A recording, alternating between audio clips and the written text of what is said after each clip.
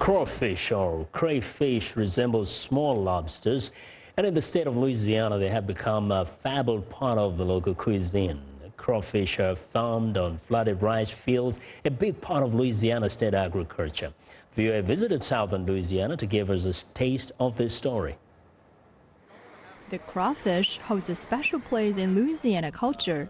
It has even been designated as the official state crustacean, making Louisiana the first state to even have a state crustacean. Lieutenant Governor Bill Nangesser says the culture goes back hundreds of years. It's grown over the years into a $300 million plus business, and from the farmers that have the rice fields, it gives them another source of income by flooding those fields and growing crawfish during crawfish season. Michael Froget is the owner of Froget Aqua Farms, which rotates rice and crawfish farming. It's one of the largest producers and distributors of crawfish in Louisiana. We grow a rice crop normally. That starts in the spring of the year. Then in early summer, we add broodstock to that rice field. We hope it has a good mix of males to females. If we have a good year, we start harvesting in November to early January. To harvest his crop, the farmer removes the captured crawfish from a series of nets and then fills the nets with baits and puts them back into the field. What'll happen is these will get in and eat, and then they'll pass back through the hole and get out.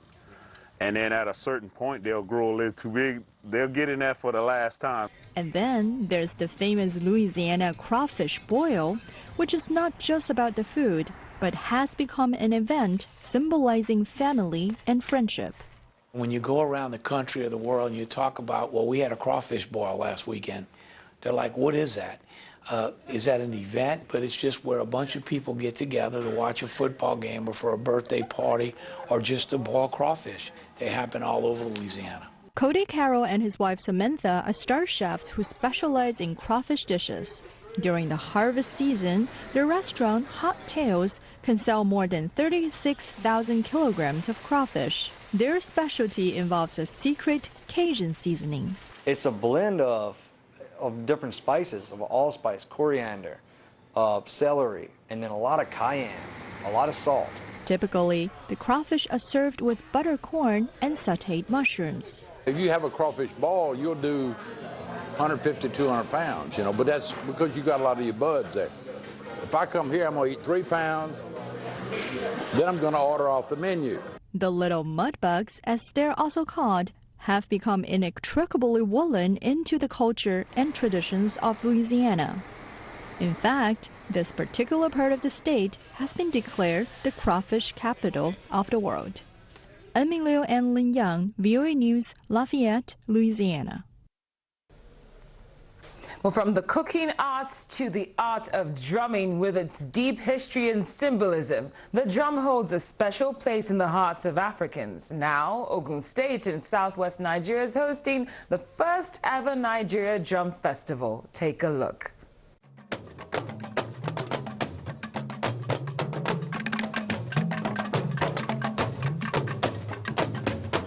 It's the first Nigerian Drum Festival holding in the historic city, Abeokuta, in Ogun State. Dignitaries from different spheres of influence are here to show their support for this initiative. To this Nigerian Drum Festival. The essence of this is to promote the rich cultural heritage of drumming, with the Ogun State government setting the pace. Drummers are not in short supply, as groups from across the country display their skills and drum types in their performances.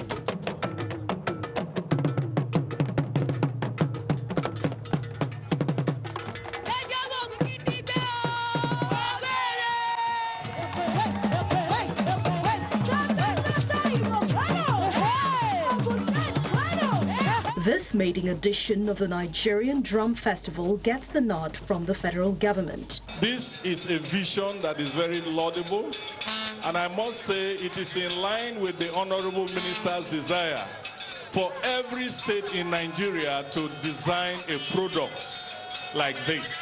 And we are happy that Ogun State government, under your watch, has come out with this unique drum festival. The host, Governor Ibikole Amosun, steps to the podium, drumming home the core value of the event. Beating of the drum is a matter of awakening to us, and particularly our rich cultural heritage. That is what this festival is all about. Our convergence here today is to witness a landmark in history, to celebrate and promote our country through drums, and going down the memory lane to exhibit the rich culture in drums and dancing. And to all our guests, if there's anything to take away from this festival, it is the need for cultural reawakening in our different states. And the governor goes on to unveil what has been described as the tallest drum in the world, standing 17 feet tall.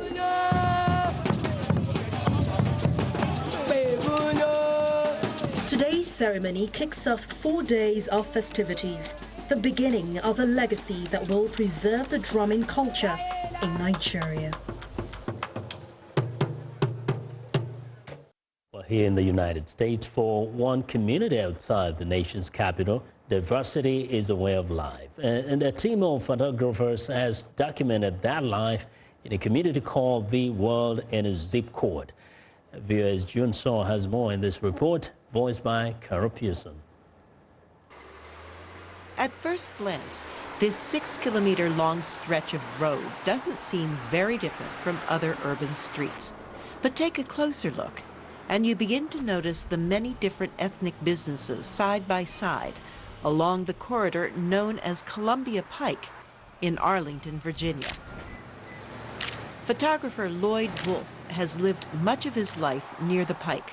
Since the 1970s, Wolf says it has been a magnet for immigrants from every corner of the globe. So Wolf and 4 other photographers who call the area home have spent the past 10 years capturing the life of the people who make up the corridor. Mohammed settled in the area 25 years ago. His shop sells imported Ethiopian products. I've been successful running a business here. The whites, African Americans, the Hispanic people, the Asians, the Arabs, you know, we have Africans combined and diverse here. So we know each other, we share and caring culture, a language, you know, we're happy. So I'm so happy.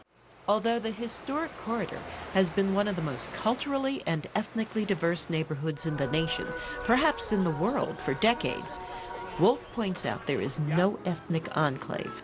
Here everybody's pretty mixed up. There's no one area that's all Vietnamese or all Arab or all Somali, etc.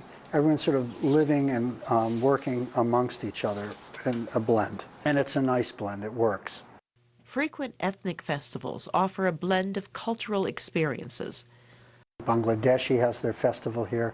We have over 30 Bolivian dance troupes in the county that perform a Ruru festival every year. 3,000 of them come up Columbia Pike. It's beautiful to see. Wolf and his collaborators have compiled their extensive collection of images into a book titled Living Diversity, the Columbia Pike Documentary Project. I think this is something we want to share with the world. I use a phrase a lot. This is what peace looks like. People get along. This is how we should be. For producer June So, I'm Carol Pearson, VOA News, Washington. And that's our show for today. Be sure to go to, or rather before we go, a reminder that you can find breaking world news around the clock. Just go to our VOA website at voaafrica.com. I'm Vincent McCory. And I'm Cynthia Are. Be sure to drop in on our websites too, channelstv.com, for all our news and program information whenever you need it. Thanks for watching and have a good night.